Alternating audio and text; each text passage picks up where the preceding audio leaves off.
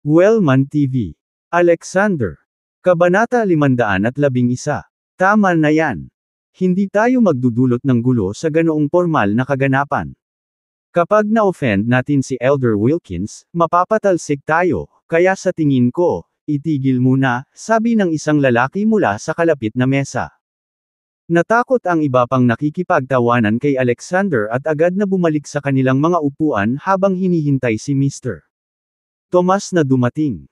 Si Franco naman ay mukhang dismayado nang mabilis na kumalma ang mga pangyayari. Akala niya ay sapat na niyang ma-provoke si Alexander para magkaroon ng eksena kanina.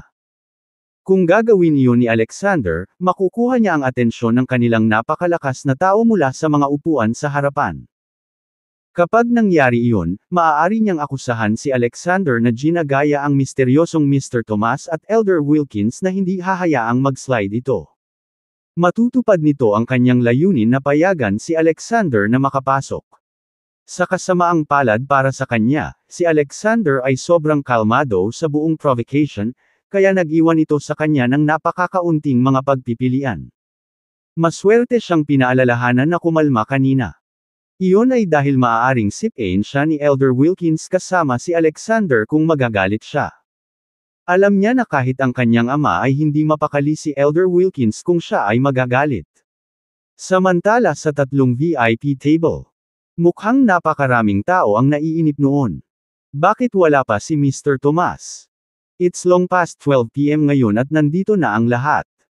Bakit wala pa si Mr. Tomas? Sabihin mo Elder Wilkins, sigurado ka bang tama ka tungkol sa pagdalo ni Mr. Tomas sa ating piging? Nakatuon ang lahat kay Walter habang sinabi niyang, bakit naiinip lahat? Hindi mo ba alam kung sino siya? Dahil pumayag siyang dumalo, hindi niya ako tatantanan. Kaya, hindi ba dapat maghintay tayo ng kaunti pa? I mean, kung ayaw mong maghintay, please feel free to leave. Pero, kung magtatanong si Mr. Tomas tungkol sa mga wala, hindi ako magsasalita para sa kanila. Natahimik ang lahat nang marinig nila ang sinabi ni Walter. Para mabawasan ang tensyon sa pagsasabing, "Naku, napagkamalan mo kami, Elder Wilkins. Nagtatanong lang kami at hindi kami naiinip.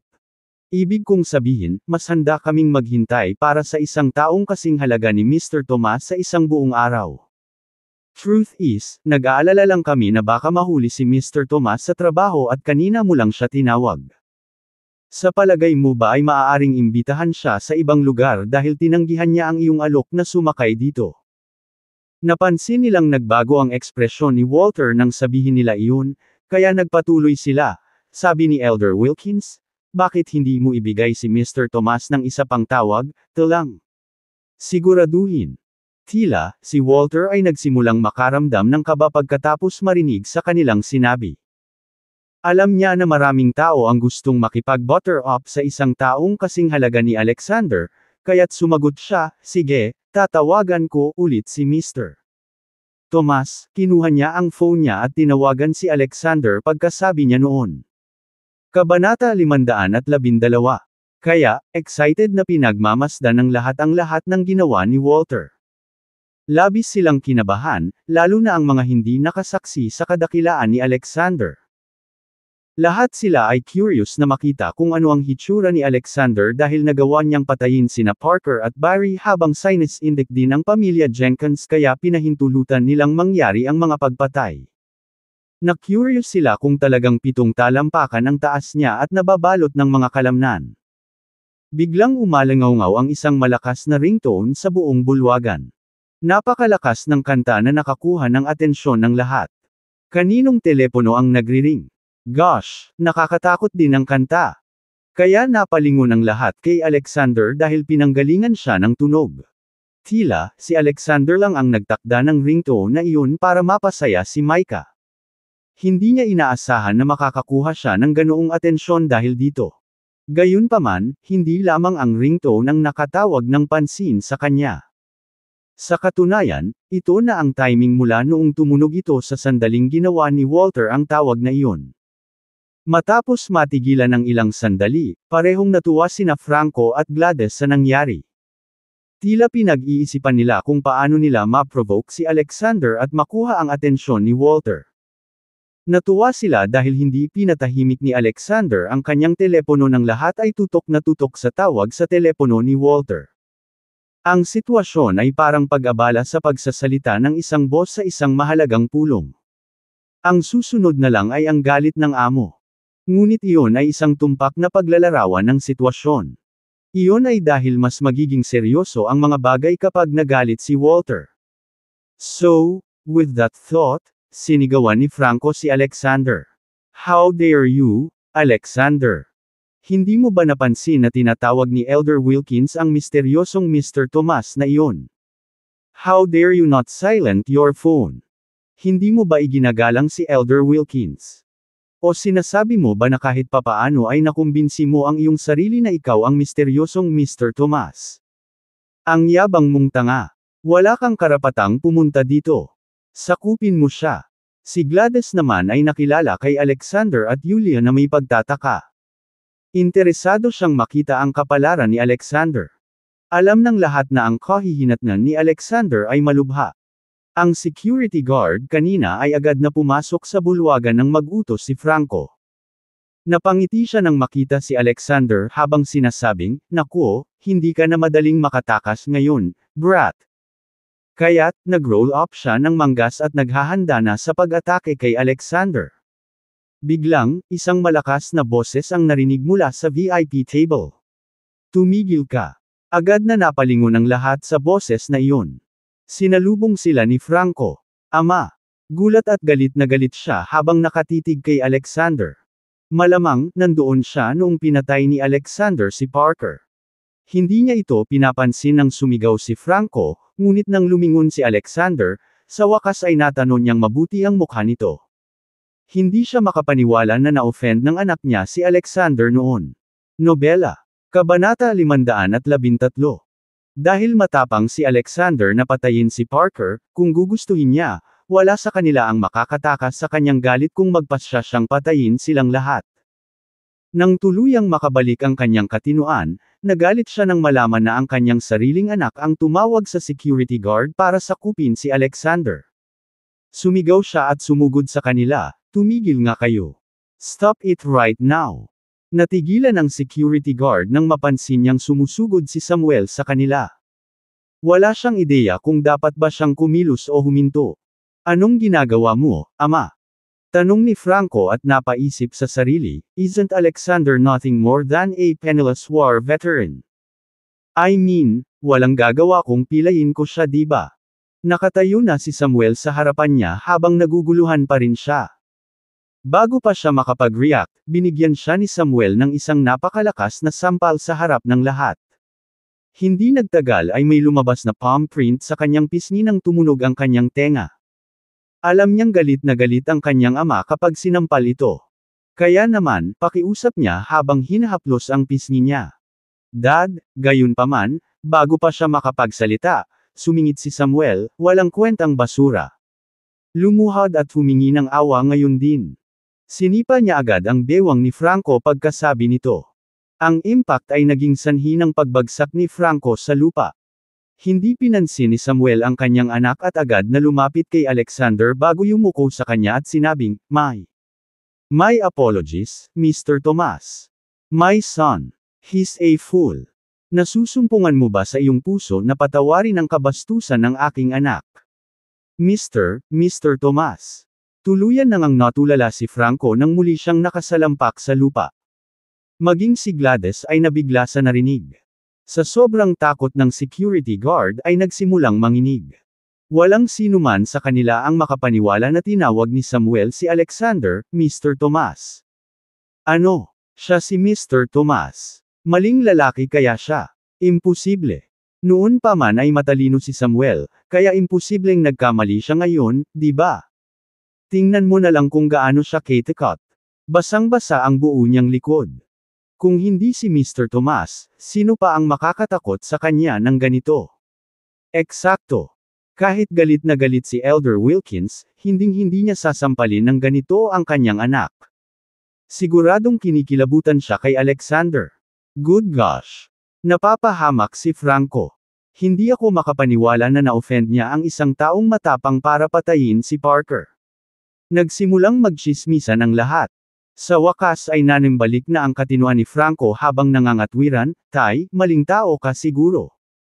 Siya ay walang iba kundi isang mababang ranggo na sundalo na nagsilbi sa hukbo sa loob ng 6 na taon. Paano siya naging ganoong misteryosong Mr. Tomas? Nang sisigawan na sana ni Samuel ang kanyang anak, isang boses ng matanda ang sumingit. "Oh Samuel, bakit novelban? Ganyan ba katanga ang anak mo? Bakit niya sinasaktan si Mr. Tomas ng ganito?" Pagkasabi pa lang ng boses ay napansin ng lahat na lumapit sa kanila si Walter kasama ang lahat ng nakaupo sa table nila kanina. Kabanata 514. Hindi nagtagal, yumukod si Walter kay Alexander sa harap ng lahat at sinabing, "Pagbati, Ginoong Tomas. Ang pangalan ko ay Walter Wilkins." Saglit na hindi nag-atubili ang mga nasa likod niya at binati rin si Alexander. "Pagbati, Mr. Tomas." Hindi nagtagal, ganoon din ang ginawa ng lahat sa hall. Mahigit 1,000 tao ang sabay-sabay na bumabati kay Alexander at isa itong tunay na panoorin. Noon lang napagtanto ni na Franco at Gladys ang bigat ng kanilang mga kilo. Hindi sila makapaniwala na si Alexander talaga ang misteryosong Mr. Tomas na pinag-uusapan ng lahat. Nanlambot ang kanilang mga katawan nang maging blanko ang kanilang mga isip. Maging si Julia ay nabigla sa gayong engranding display sa sandaling ito. Napuno siya ng emosyon noon at nakaramdam ng pagmamalaki kay Alexander. Tila siya ay isang maliit na batang babae sa puso sa kabila ng kanyang malamig na pag-uugali. Ipinagmamalaki niya si Alexander dahil ibinalita ito bilang isang bayani. Gayunpaman, si Alexander, sa kabilang banda, ay tumango lamang ng walang gaanong reaksyon. Pagkatapos noon, sinulyapan niya sina Franco, Gladys at ang security guard habang sinabing, "Ayoko na silang makita." Nang marinig iyon ni Samuel, lumuhad siya. Sa harap ni Alexander at nakiusap, "Pakiusap, iligtas mo ang aking anak, Mr. Tomas." Parehong lumuhad sina Franco at Gladys sa harap ni Alexander at nagsimulang magmakaawa para sa kanilang buhay. "Ginoo Tomas, ikinalulungkot namin ang pananakit sa iyo. Kami ay mga tanga at sumusumpa kami na hindi namin gagawin iyon. Please, iligtas mo kami." Nang mapansin ni Gladys ang kawalan ng reaksyon ni Alexander, sumugod siya kay Julia at nakiusap dito, "Julia, pakisabi sa asawa mo na iligtas kami, magkaklase kami noon, nag-uusap lang kami at wala naman talaga sama ng loob. Pakisabi sa asawa mo na iligtas kami, Julia." Tila nag-uumpisa na ring mende si Julia sa maluha-luhang pakiusap ni Gladys. Gayunpaman, alam ni Alexander na nais lamang nilang samantalahin ang kabaitan ni Julia upang maligtas ang kanilang mga buhay so, sabi niya, "Sigurado ka ba na hanggang doon lang? Bakit hindi mo pag-isipang mabuti kung ilang pagkakataon ang binigay ko sa inyong dalawa?" Tila nabigyan na niya ng maraming pagkakataon sina Gladys at Franco nang i-provoke niya ito sa tren kanina dahil magkaklase sila Gladys at Julia mga pang-iinsulto. Sinadya nilang makapasok sina Alexander at Julia para lang gawin ni Walter ang kanilang maruming gawain para sa kanila kung naging regular na sundalo si Alexander, pahihirapan siya noon ng grupo ng mga security guard. Kabanata 515. Tila para mailigtas ang sarili, ginawa ni Gladys na parang hindi nila gaanong nasaktan si Alexander. Alam ni Alexander na hindi katumbas ng awan ni Julia ang mga kahindik-hindik at mapagmanaypulang tao. Alam din niyang nalampasan na nila ang kanilang pagtanggap. Kaya, hinawakan niya ang kamay ni Julia at dumiretso sa VIP table. Nang malaman ni Walter na walang intensyon si Alexander na iligtas si Franco at ang iba pa, iniutos niya, "Alisin mo sila at pilayin sila. Kung balak mo pa ring manatili sa Troyes County, siguraduhing manatili ka sa bahay magpakailanman." "Yes sir." Sagot ng bodyguard ni Walter at agad na lumapit kay Franco. Parehong hindi makatao ang itsura ni Samuel at Franco sa sandaling ito. Gayunpaman, ayaw na ni Walter na mag-aksaya pa ng oras sa kanila, kaya sumugod siya para sumama kay Alexander. Pagkatapos makaupo sina Alexander at Julia sa VIP table, sinabi niya sa lahat, "Ito ang asawa ko, si Julia. Pagbati, Mrs. Tomas. Isang karangalan ko na makilala ang isa sa iyong kadakilaan, Ginang Tomas." Hindi nagtagal at nagsimula na ang lahat ng mantikilya kay Yulia. Gayunpaman, namula ito kay Yulia. Bagamat hindi siya naging estranghero sa mabibigat na papuri, ito ang unang pagkakataon na tinawag siyang Mrs. Tomas. Hinawakan ni Alexander ang kamay ni Yulia at sinabi sa lahat, ang asawa ko ang presidente ng Kerim Fashions at kamakailan lang ay nag-launch sila ng bagong produkto which is the anti-blemish cream. Nagpaplano siyang magtayo ng sangay sa Troyes County. Siguro kung nabasa mo na ito online. Sumagot ang isa sa kanila, nag-viral online ang anti-blemish cream, Mr. Tomas. Kaya't malay natin. Narinig ko na napakabilis nitong mabenta sa Cloudtopia. Ngunit, may nag-leak ng formula ilang araw na ang nakalipas. Is that true? Napalingon ang lahat kay Alexander pagkatapos noon. Lahat ay nagtataka kung sino ang maaaring maging ganoon kalakas upang saktan si Alexander. Kaya, naging mapait ang ekspresyon ni Alexander nang mabanggit ang insidente. Nang maramdaman ang tensyon, sinabi ni Walter, Mr. Tomas, nagpaplano ba si Mrs. Tomas na magtayo ng opisina dito sa Troyes County?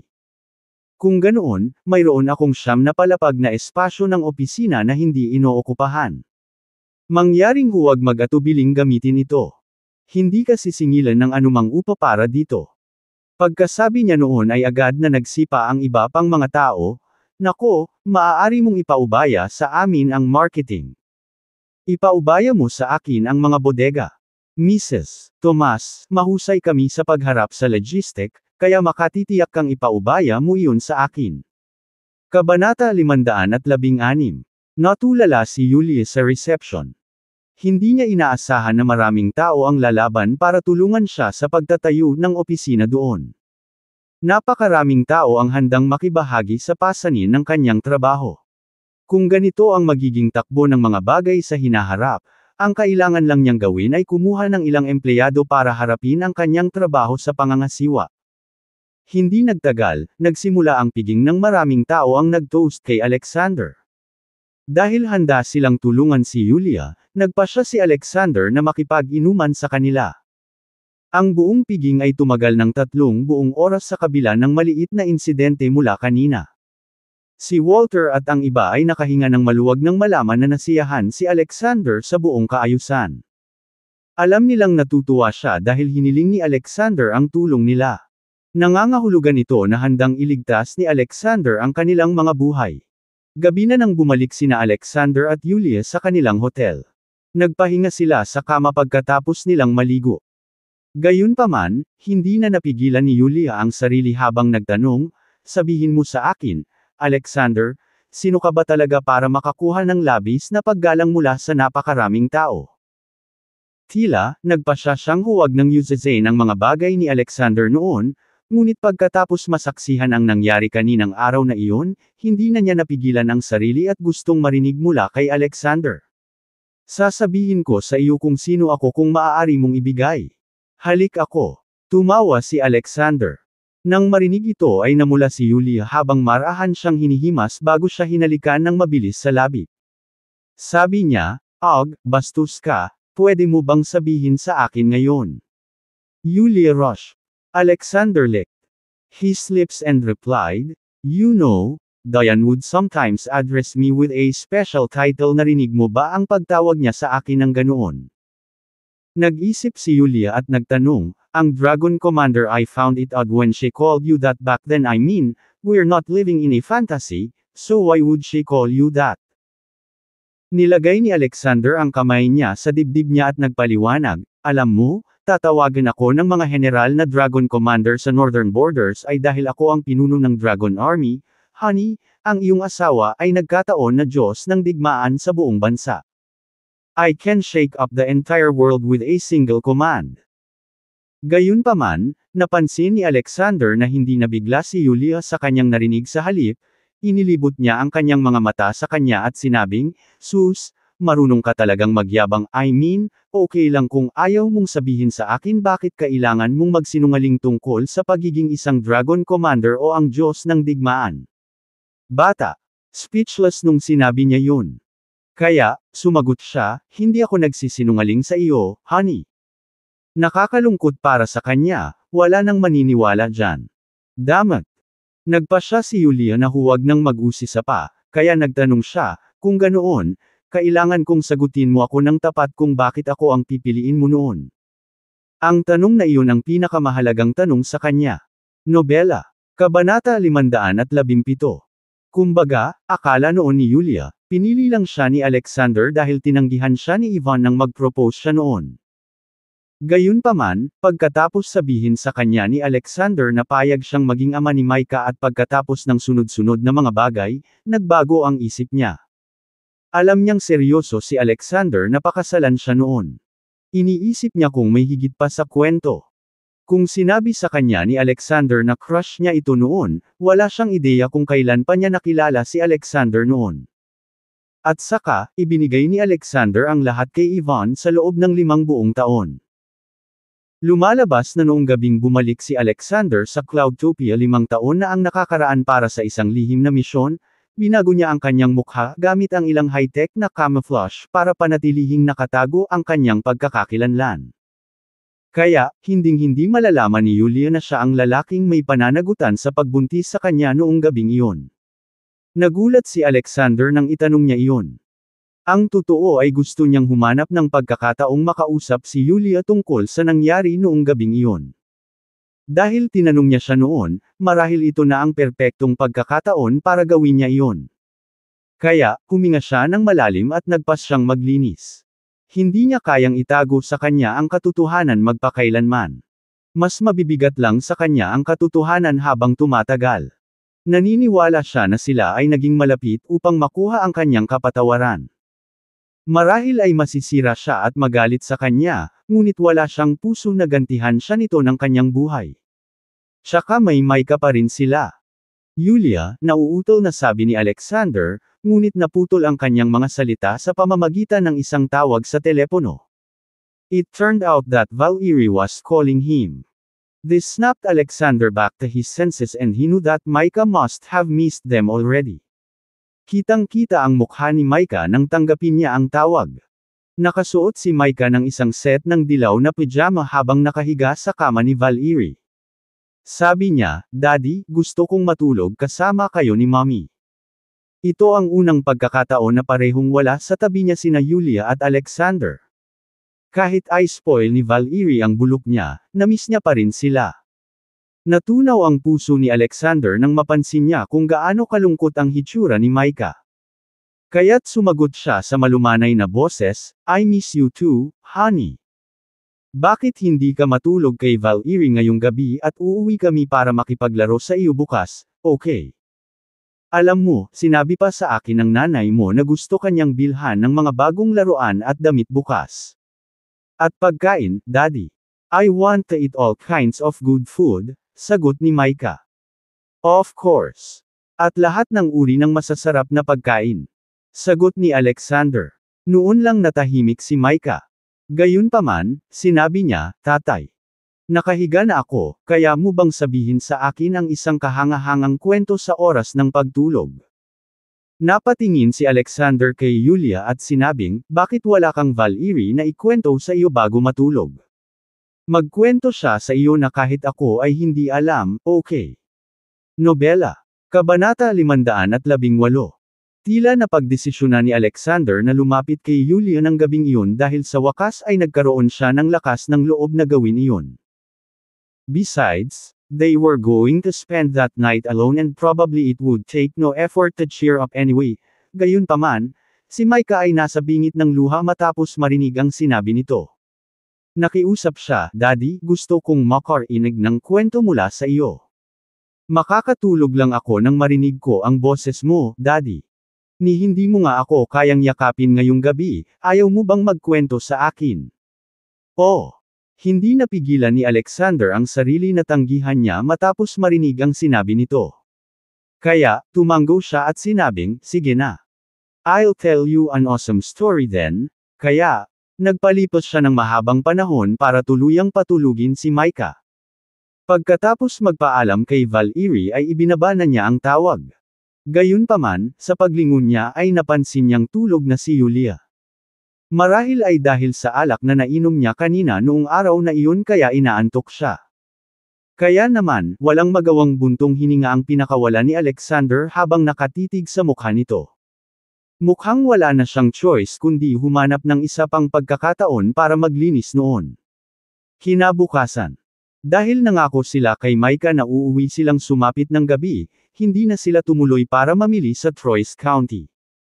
Dahil naayos na ang lahat, nagpasya silang magtungo sa Merced County.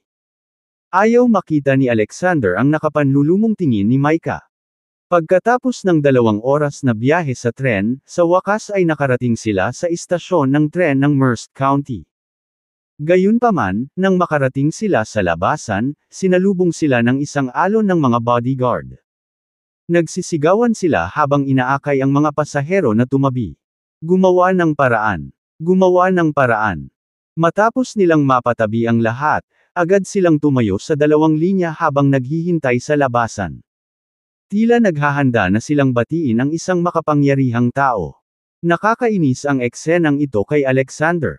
Bulag ka ba? Hindi mo ba nakita na nagkalat? Ang iba.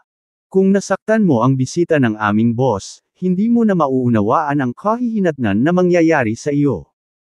Sinigawan ng bodyguard sina Alexander at Yulia nang mapansin sila.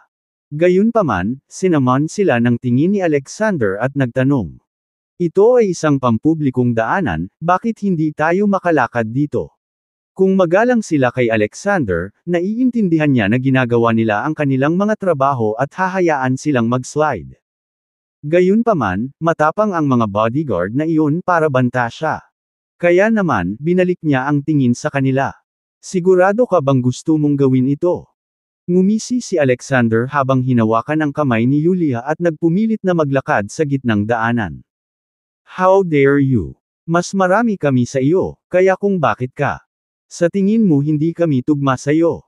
Binal ika ng mga bodyguard si Alexander. Kunin mo siya, boys. Ang ilan sa kanila ay nagtaas ng manggas at sinugod si Alexander. Gayunpaman, kinutya ni Alexander ang kanilang kabastusan at alam niyang wala sila sa kanya. Kaya, sa isang alon ay pinabagsak niya ang 6 na bodyguard sa lupa nang may malakas na kalabog nang marinig ang iba pang bodyguard ang kaguluhan, sinugod nila si Alexander. Kabanata 519. Nagalit ang mga bodyguard nang salakayin sila ni Alexander. Kaya naman, agad nilang pinalibutan sina Alexander at Yulia. Gayunpaman, bago sila makaatake, napatigil sila ng ilang kaguluhan nang marinig ang ilang mga bodyguard na nagsasabing, Sir. Agad na tumigil ang mga bodyguard sa kanilang ginagawa at sinabing, Greetings, sir. Kaya naman agad na napalingon sina Alexander at Yulia sa lalaki. Ang tanging nakikita lang nila ay isang grupo ng mga nasa katanghaliang gulang na mga lalaki na nakasuot. Napansin ni Alexander na isa pala sa kanila ay kapatid ni Nathaniel si Spencer. Oo. Tumango si Spencer sa kanyang mga bodyguard. Gayunpaman, nang mapansin niya ang grupo ng mga tao sa paligid ni Alexander, nagtanong siya, ano ang nangyayari? Hindi ba't sinabi ko na sa iyo na pumili ka para batiin ang ating pinarangalan na panauhin? Sir, may isang mayabang na brat na nagpumilit na maglakad sa lugar na nilinis namin. Inatake niya tayo noong ni-lecture natin siya. Tumabi ang mga bodyguard para makita ni Spencer sina Alexander at Yulia nang ipaliwanag nila ang sitwasyon. Nagalit ang mga bodyguard nang salakayin sila ni Alexander. Kaya naman, agad nilang pinalibutan sina Alexander at Yulia. Gayunpaman, bago sila makaatake, napatigil sila ng ilang kaguluhan nang marinig ang ilang mga bodyguard na nagsasabing, Sir. Agad na tumigil ang mga bodyguard sa kanilang ginagawa at sinabing, Greetings, sir. Alexander. Laking gulat ni Spencer nang makita si Alexander. Gayunpaman, galit na galit siya nang tuluyang nanambalik ang kanyang katinuan. Naalala niya kung paano sinira ni Alexander ang pagkakataon ng kanyang pamilya na makilala si Milton. Kung hindi nakialam si Alexander, maaaring ang anak niya ang Star General sa hukbo ni Milton. Iyon lang ang pagkakataong magtamo ng kaluwalhatian para sa kanyang pamilya. Kaya, lubos niyang ikinagalit si Alexander dahil dito. Tanong niya, anong ginagawa mo rito, Alexander? Bilasan mo at tumabi ka. Hindi mo kakayanin ang mga kahihinatnan ng pagkakasala sa aking pinarangalan na panauhin. Tila, kontrolado ng kanyang pamilya ang merkado para sa mga kristal at ore sa Merced County. Upang mapalawak ang kanyang negosyo, itinakda niya ang kanyang mga pasyalan sa kabisera, kaya halos iniwan niya ang anumang trabaho. Merced County sa kanyang mga kampan. Ito ang dahilan kung bakit wala siya noong pinatay ni Alexander si Parker at walang ideya na si Alexander ang may pananagutan sa insidente. Pagkatapos ng insidente ni Milton, ipinalagay niya na maaaring may koneksyon lang si Alexander sa militar at walang ideya kung gaano kalakas si Alexander. Napamura si Alexander sa pagmamataas ni Spencer habang sinasabi, "Oh Spencer, hindi mo dapat pinag-uusapan ang iyong pinarangalan na panauhin. Ginulat mo ang asawa ko, kaya sabihin mo sa akin, kaya mo bang tiisin ang kahihinatnan ng paggawa niyan?" Nobela. Natigilan si Spencer nang hindi niya inaasahan na ganoon na lang ang hindi paggalang ni Alexander sa kanya. So, he snapped back at him, "Ano ba kasing yabang mo Alexander? May mga koneksyon ka lang sa Cloudtopia, ngunit nasa Merced County ka na ngayon." "Oh yeah, ang pinarangalan na panauhin na aking nakikilala ay mula sa pamilya Fitz mula sa kabisera. Ang iyong mga koneksyon sa militar ay ganap na walang silbi dito." Mukhang hindi nasisiyahan si Spencer sa sinabi niya. Pati ang mga bodyguard sa paligid niya ay hinuhusgahan si Alexander. Biglang napukaw ang atensyon ng mga kalapit na pasahero sa kanilang pagtatalo. Sino ang taong iyon? Sus, ang galing-galing niyang dalhin ang sarili niya. Kabanata 520. Tumahimik ka na. Siya ang pinakamalaking supplier ng kristal sa aming lungsod. Siya ay walang iba kundi si Mr. Spencer Fuller. Oh, nabalitaan kong napakayaman ni Mr. Fuller dahil sa kanyang negosyo. Sinasabi mo ba na ang pinarangalan na panauhin na kanyang pinupuntahan ay mas magaling kaysa sa kanya? Well, syempre, ang pamilya Fitz ang pinakamakapangyarihang pamilya sa kabisera. Ang kanilang kayamanan ay walang kapantay at ang kanilang impluwensya ay lumaganap sa buong bansa. Napahamak na ang brat na iyon. Halos mapahagalpak ng tawa si Alexander nang marinig iyon. Hindi siya makapaniwala na maaaring maging ganoon katanga si Spencer. Hindi siya makapaniwala na mas gugustuhin niyang saktan ang Diyos ng digmaan para lang mag-butter up sa pamilya Fitz. Natagpuan siya ni Alexander na hindi kapani-pani walang hanggal.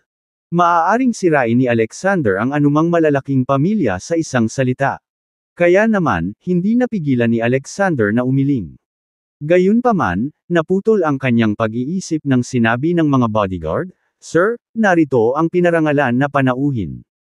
Nang marinig ito, umalis kaagad si Spencer patungo sa pasukan. "Tumahimik ka na. Siya ang pinakamalaking supplier ng kristal sa aming lungsod. Siya ay walang iba kundi si Mr. Spencer Fuller." Biglang lumabas sa istasyon ang isang grupo ng mga tao katulad ng ginawa ni Alexander kanina. Ang unang lumabas ay isang babaeng nakasuot ng mahabang puting damit. Nang malapit na siya, nakilala siya ni Alexander na si Amanda. Hindi niya inasahan na ang pinarangalan na panauhin na si Spencer ay nangyayari kanina ay siya. "Handa na ang iyong sakay, Ms. Fitz. Sa ganitong paraan please." Nakangiting bati ni Spencer kay Amanda. "Salamat, Mr. Fuller." Napaka-propesyonal ni Amanda. Gayunpaman, nang mapansin niya ang kaguluhan at kung paano nakaharang ang labasan ng isang entourage ng mga bodyguard, ninis siya. Kaya, tinanong niya, "Ano ang nangyayari, Mr. Fuller?" Sa sandaling sinabi iyon ni Amanda, sumagot si Spencer, "Mrs. Si Fitz ang ating pinarangalan na panauhin, kaya nagtalaga ako ng mga bodyguard para salubungin ka. Nag-aalala lang ako na baka masaktan ka ng ilang pasahero nang hindi sinasadya. I mean, entourage lang para sa iyo, kaya hindi big deal. Ang totoo, may dalawang manggugulo na hindi alam ang kanilang lugar na gustong gumawa ng gulo bago ka dumating. Well, ang bagay ay, ang dalawang iyon ay labis na mayabang at wala kaming pagpipilian kundi gamitin ang iyong pangalan upang ilagay ang dalawang iyon sa kanilang lugar. Gayunpaman, sinabi nila na ang iyong pamilya ay wala sa kanila." Nag-evil grin si Spencer sa sinabi niya. "Ganoon ba?" Naintriga si Amanda sa sinabi ni Spencer. Na-curious siya kung sino talaga ang mayabang na iyon. Ang mag-asawang iyon, Ms. Fitz. Excited na dinala ni Spencer si Amanda papunta kay Alexander. Nang malapit na sila, itinuro niya si Alexander at sinabing, sila na. Sinulyapan niya si Alexander na may masamang tingin at sinabing, "Say Alexander, hindi mo ba sinabi na ang pinarangalan kong panauhin ay wala sa iyo kanina? Ikaw ay tungkol sa kung paano ang pamilya Fitz mula sa kabisera ay wala sa iyo tama. Kung gayon, nandito si Ms. Fitz at tingnan natin, gayon pa man, natigilan siya bago pa man niya matapos ang kanyang pangungusap.